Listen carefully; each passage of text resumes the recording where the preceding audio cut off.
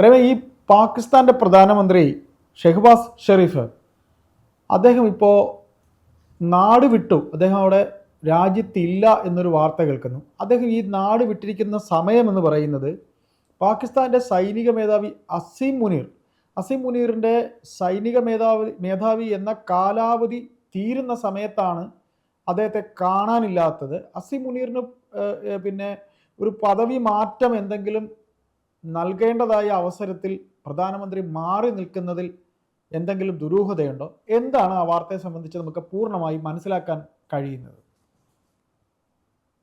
ചേട്ടാ, ഈ പാകിസ്ഥാനിലെ സൈനിക മേധാവി ഫീൽഡ് മാർഷൽ അസീം മുനീർ, അദ്ദേഹം നിലവിൽ ആർമി ചീഫാണ്, കരസേനയുടെ മേധാവിയാണ്. കൂടാതെ ഫീൽഡ് മാർഷൽ എന്ന പദവിയും അദ്ദേഹത്തിനുണ്ട്.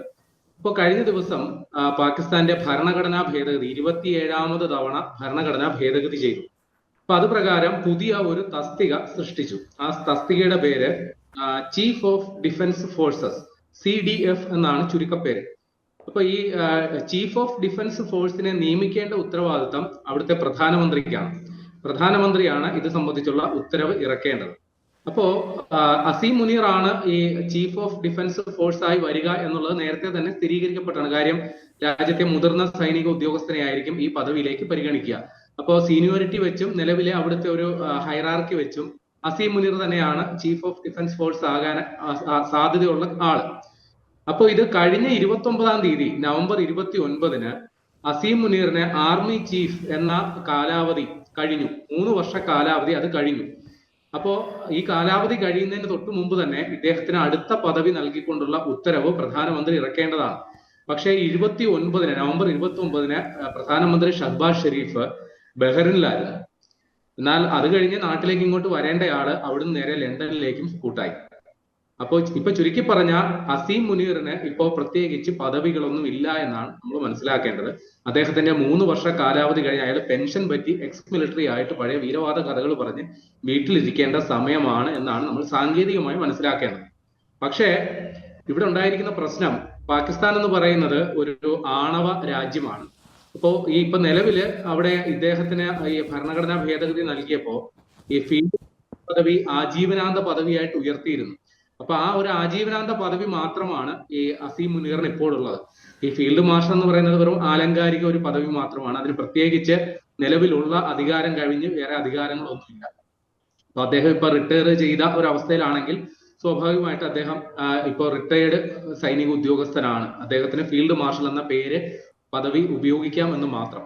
അപ്പോൾ ഇവിടെ ഈ ഭരണഘടനാ ഭേദഗതി കൊണ്ടുവന്നപ്പോൾ തന്നെ പാകിസ്ഥാനിലെ പ്രതിപക്ഷമടക്കം ചൂണ്ടിക്കാട്ടിയ ഒരു സംഗതി, ഈ അധികാരം മുഴുവൻ സൈന്യത്തിൽ കേന്ദ്രീകരിക്കുക, അല്ലെങ്കിൽ അസീം മുനീറിന് മുമ്പിൽ പാകിസ്ഥാന്റെ ഭരണത്തെ അടിയറ വെക്കുന്നതിന് തുല്യമാണ് എന്ന ആക്ഷേപം വന്നിരുന്നു. അപ്പൊ നേരത്തെ തന്നെ അസീം മുനീർ അവിടെ അപ്രഖ്യാപിത ഭരണകൂടമാണ്.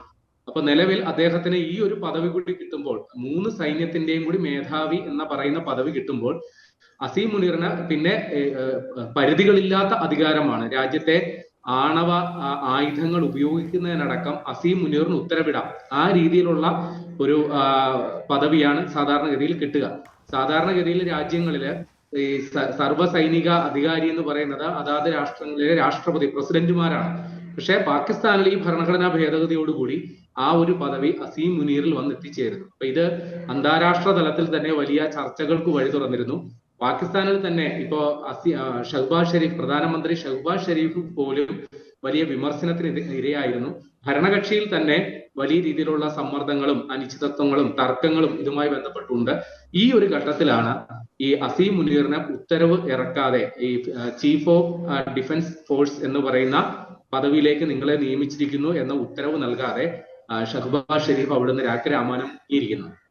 അദ്ദേഹം എന്ന് തിരിച്ചു വരുമെന്നുള്ള കാര്യത്തിൽ ഇപ്പോഴും ഒരു വ്യക്തതയില്ല. ഈ ബഹ്റിനിൽ നിന്ന് ലണ്ടനിലേക്ക് പോകും എന്നുള്ള കാര്യം അത് മുൻ നിശ്ചയപ്രകാരമല്ല എന്നും വാർത്തകൾ വരുന്നു. ബഹ്റിൻ ട്രിപ്പ് നേരത്തെ നിശ്ചയിച്ചിരുന്നതാണ്.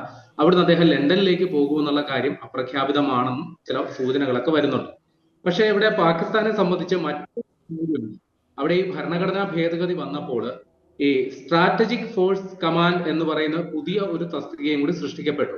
അതും ഈ പുതിയ ഭരണഘടനാ ഭേദഗതിയോടുകൂടി വന്നതാണ്. അപ്പൊ നിലവിൽ ഈ ചീഫ് ഓഫ് ഡിഫൻസ് ഫോഴ്സ് എന്ന് പറയുന്ന ആള് തന്നെ ആയിരിക്കും ഈ പറയുന്ന സ്ട്രാറ്റജിക് ഫോഴ്സ് കമാൻഡ് എന്ന് പറയുന്ന പദവിയിലേക്കും വരിക. അസീം മുനീർ തന്നെയായിരിക്കും ഈ പദവിയിലേക്കും വരിക.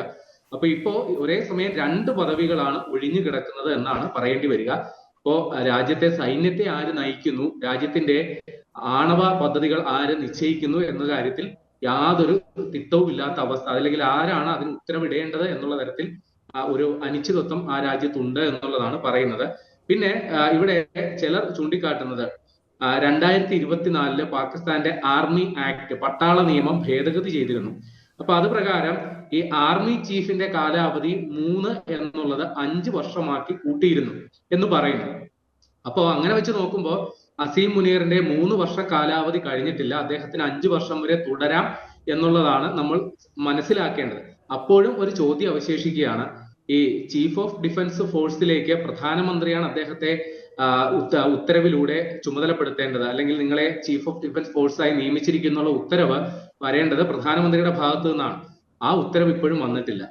അപ്പോ ഈ 2024 നിയമ ഭേദഗതി അനുസരിച്ച് ഒരു പക്ഷേ അസീം മുനീറിന് 2 വർഷം കൂടി, 3 വർഷം പൂർത്തിയാക്കി 2 വർഷം കൂടി ആർമി ചീഫായിട്ട് തുടരാം എന്ന് നമുക്ക് പോലും ഈ നേരത്തെ പറഞ്ഞതുപോലെ ഭരണഘടനാ ഭേദഗതിയോടെ നിലവിൽ വന്ന പുതിയ ഒരു നിയമം ഉണ്ടല്ലോ, അതായത് ചീഫ് ഓഫ് ഡിഫൻസ് ഫോഴ്സ്, ആ ഒരു പദവിയിലേക്ക് അസീം മുനീറിന് തൽക്കാലം ഇപ്പോ നിയമന ഉത്തരവ് കിട്ടിയിട്ടില്ല എന്ന് തന്നെ വേണം മനസ്സിലാക്കാൻ. ഇത് പാകിസ്ഥാനിൽ വലിയ രീതിയിലുള്ള ഒരു തർക്കങ്ങളിലേക്കോ ഒരു പക്ഷേ മറ്റൊരു സൈനിക അട്ടിമറിയിലേക്കോ പോയാലും അത്ഭുതപ്പെടാനില്ല. പാകിസ്ഥാന്റെ മുൻകാല ചരിത്രം നോക്കുമ്പോൾ അത്തരം സംഭവങ്ങൾ ഉണ്ടായിട്ടുണ്ട്.